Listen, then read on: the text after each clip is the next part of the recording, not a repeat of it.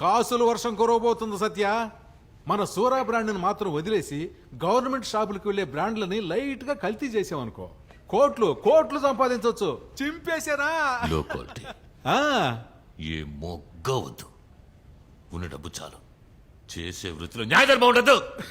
ఏంటి సత్య, ఈ వృత్తి చేయడానికి వచ్చి చిన్నపిల్లోళ్ళ న్యాయం ధర్మం అంటున్నావు? గాంధీ, నువ్వైనా కాస్త చెప్పు, ఏం చేసావో మనకే కదా తెలుసు.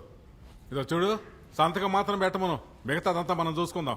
జ్ఞానం, నేను వచ్చినప్పటి నుంచి చూస్తున్నా నీలో కొత్తగా పొగరు కనిపిస్తోంది.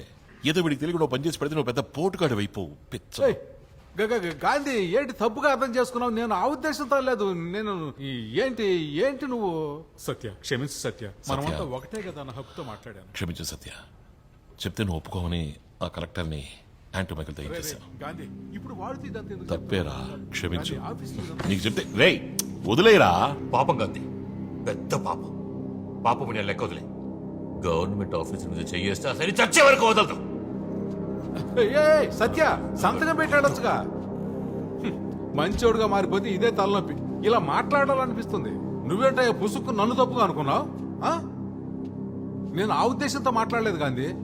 ఇప్పుడే నువ్వు నేను ఎంచక్క సింక్ అవుతున్నావు. ఏంటి నువ్వు? ఇదిగో ఈ లడ్డు తిను. జ్ఞానం, ఆ, ఎప్పటికైనా సత్యం తర్వాతే నువ్వు. ఆ. ఈ రాజకీయాలు నా దగ్గరతో